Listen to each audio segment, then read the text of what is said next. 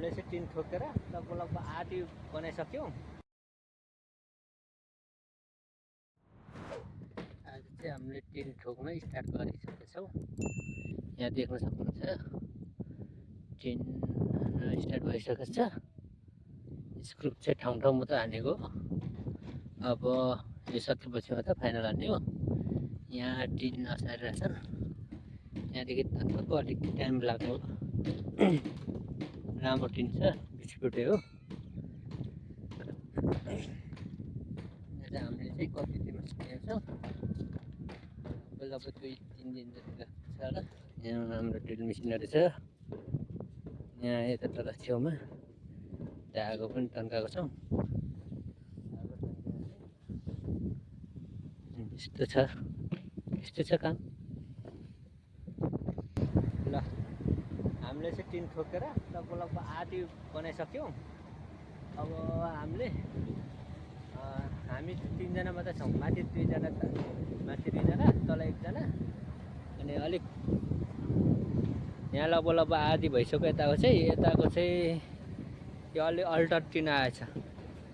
यो 18 फुटे हो। यताको यहाँदेखि तल 20 फुटे लाग्छ। यसमा चाहिँ अलिक डाँडी सानो भएछ। यसको डाँडी सानो, यो ठुलो भयो, अलिक मिलेन। अब यसलाई फर्काइदिनु। जस हावाले चाहिँ अलिक काम गर्न दिएको छैन। टिन उठाउनु चाहिँ हावाले एकदम डिस्टर्ब गरिरहेछ।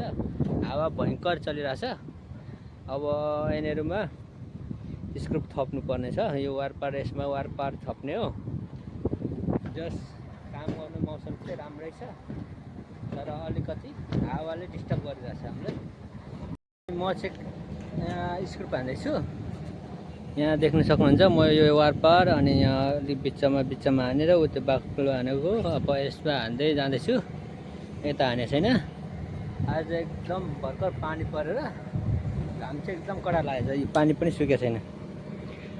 सुकेको छैन। राम्ररी। घाम चाहिँ एकदम बब्बल लागिरहेछ। अब यहाँ माथि हान्ने बाँकी छ अनि अब यता हान्ने बाँकी छ। अब यता चाहिँ मैले स्क्रुप हान्नुपर्ने चाहिँ यहाँदेखि उता चाहिँ हानिसकेको हो।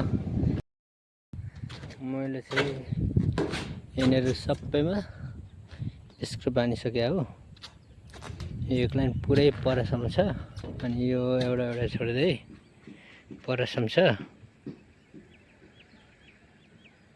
अनि यो पनि यो परसम्म छ। पानी परिरहेछ हल्का।